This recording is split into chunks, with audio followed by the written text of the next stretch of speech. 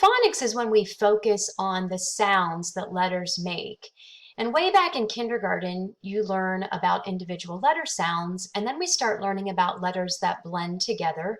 And today we're going to look at something called digraphs. That prefix di means two, and one trigraph. That prefix tri means three, like a tricycle, right? Tri meaning three things.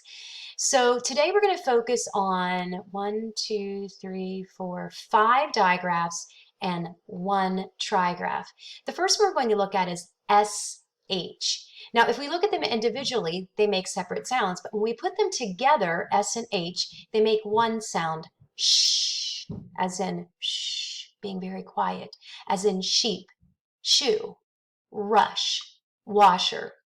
Notice they don't always have to come at the beginning of a word. They might be tucked in the middle or even the end of a word. The second one that we want to look at is T and H.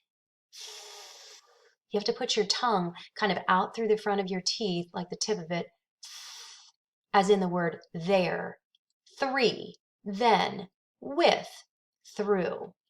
WH together, just simply say wa, like it's just the letter W, but you need to know when those two letters need to work together. For example, the word white, where, what, why, when. C and H say ch, ch, ch.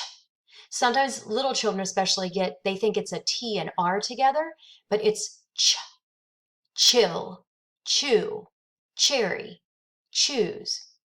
It has a harder sound when you make it. You hear the difference between the ch and the sh. P and H say f, as in it sounds like the letter F, right? PH, f, phone, alphabet, pharmacy, microphone. And the trigraph we're going to look at is TCH, 3 letters, and it sounds exactly like the CH. It says ch, but it's the 3 letters working together. For example, the word watch, W-A-T-C-H, witch, as in at Halloween there was a wicked witch, match, kitchen. So what I want you to do right now is, how many other words can you write with these digraphs? And you can Google it, or you can just think of words on your own.